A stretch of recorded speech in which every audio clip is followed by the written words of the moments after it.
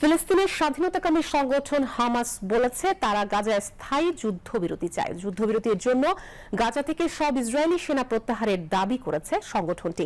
মার্কিন president Donald ট্রাম্পের মধ্যপ্রাচ্য বিষয়ক দূত স্টিভ উইটকফের যুদ্ধবিরতির প্রস্তাবে হামাস শনিবার এক বিবৃতিতে এ কথা জানিয়েছে।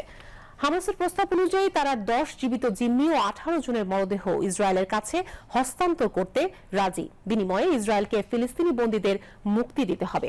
এদিকে হামাসের শীর্ষ কর্মকর্তা বেসেম নাইম বলেছেন, উইটকফের প্রস্তাব গাজায় স্থায়ী যুদ্ধবিরতির গ্যারান্টি দিচ্ছে না। শনিবার আল জাজিরাকে তিনি বলেন, হামাস যুদ্ধবিরতির প্রস্তাবে ইতিবাচকভাবে সাড়া দিয়েছে, কিন্তু তাদের সাড়া স্টিভ উইটকফের এক সপ্তাহ আগের প্রস্তাবের থেকে ভিন্ন।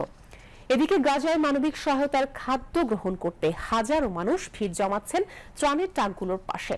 জাতিসংঘের খাদ্য সহায়তা কর্মসূচির কর্মকর্তারা জানিয়েছেন, শনিবার নির্দিষ্ট স্থানে পৌঁছানোর পথেই গাজার হাজারো অভুক্ত মানুষ 77টি খাদ্য ভর্তি ট্রাককে থামিয়ে দিয়ে বিশৃঙ্খলা সৃষ্টি করে। ডব্লিউএফপির পক্ষ থেকে বলা হয়েছে, গাজার প্রতিটি মানুষ দুর্ভিক্ষের ঝুঁকিতে বসবাস করছেন।